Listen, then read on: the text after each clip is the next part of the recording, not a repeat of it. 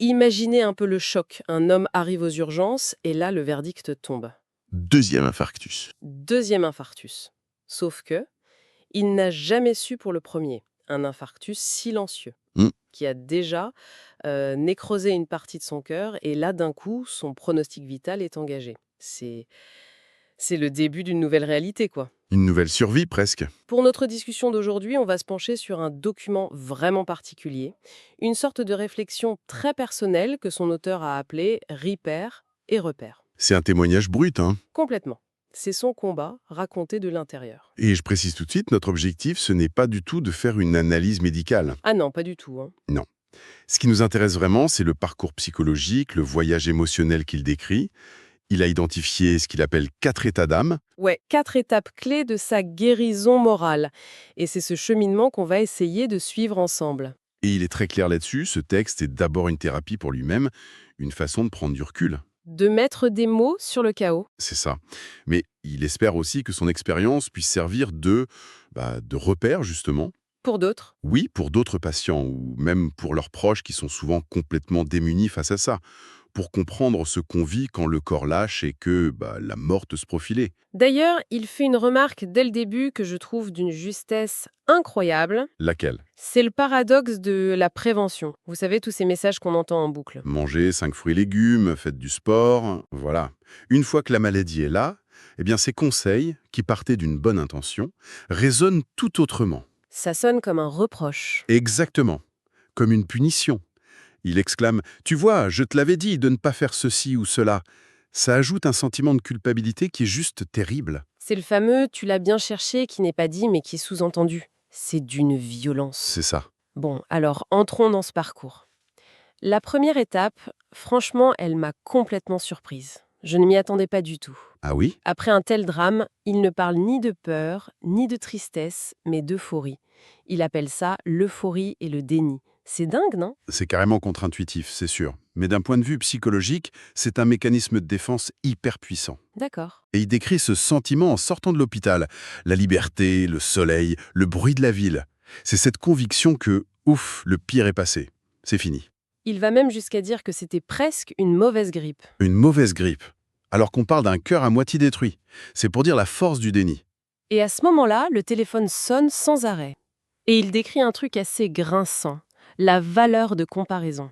Ah oui, ça c'est une observation tellement fine sur la nature humaine. C'est fou. Les gens appellent et pour essayer de relativiser, ils cherchent systématiquement un cas plus grave dans leur entourage.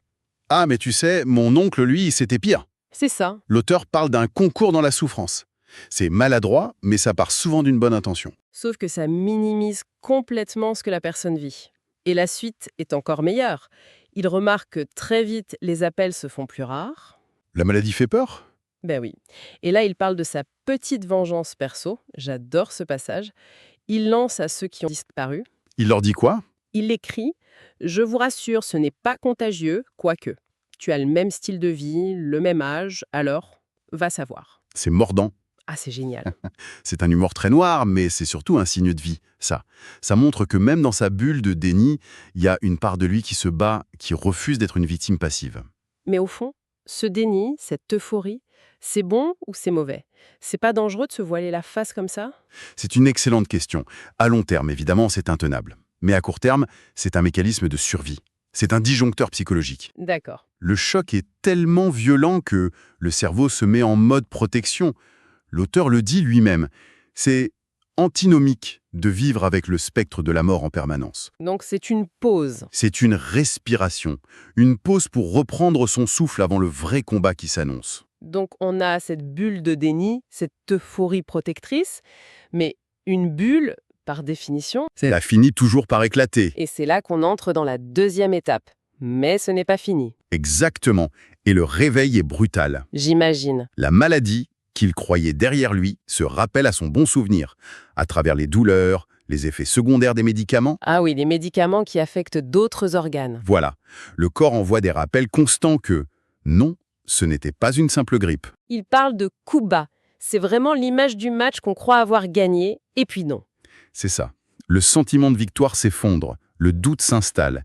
Est-ce que j'ai la force d'encaisser ce nouveau round? C'est la grande désillusion. C'est le moment de la grande désillusion. Et la chute est d'autant plus dure que la première phase était haute. On réalise que la maladie n'est pas un événement du passé, mais une condition du présent. Et du futur. Et cette fois, il n'y a plus l'adrénaline du choc initial pour amortir la chute. Non. Le sol se dérobe une deuxième fois, et ça mène à un endroit très sombre. La troisième étape, La plus dangereuse, de loin. l'envie de renoncer. C'est là que la relation à la maladie change complètement. Au début, il la voyait comme un adversaire qui devait nous rendre plus forts. Une sorte d'épreuve initiatique, ouais. Mais là, plus du tout. Ça devient un ennemi qu'on déteste. Et c'est là que ça devient très pervers, psychologiquement. Parce que cet ennemi, il est à l'intérieur de soi. Donc la haine se retourne contre soi-même. Inévitablement. C'est la perte totale de l'estime de soi. Il a cette phrase terrible qui résume tout. On a perdu. Et elle a gagné. C'est un sentiment d'échec absolu. Et d'impuissance. Et ça doit rejaillir sur tout le reste, sur le comportement. Il le dit, c'est la révolte. Le pourquoi moi, on en veut à la terre entière. Il écrit « on devient invivable Ce qu'il décrit, c'est un état de détresse immense. Le risque, c'est ce que les psychologues appellent l'impuissance acquise. À force de lutter sans résultat, le cerveau finit par se dire que ça ne sert à rien. ». Et il insiste beaucoup sur le danger de cette phase pour l'entourage. Oui, et c'est un vrai signal d'alarme. Le malade est consumé par sa colère, il se replie, il peut devenir agressif. Et les proches qui subissent ça, Finissent par s'épuiser. Ils ne comprennent pas toujours. Et ça peut mener à la rupture, à l'isolement. C'est un cercle vicieux. c'est pour ça qu'il dit qu'il faut traverser cette étape le plus vite possible. C'est un trou noir. Il faut en sortir. Heureusement, il y a une sortie. Et la façon dont il l'a trouvée, je trouve ça vraiment beau. La quatrième étape, l'apaisement. Le déclic, c'est quand il comprend que la confrontation directe, le combat frontal, c'est une impasse, Il faut changer de stratégie. radicalement. Et il utilise une métaphore magnifique, qui vient des arts martiaux.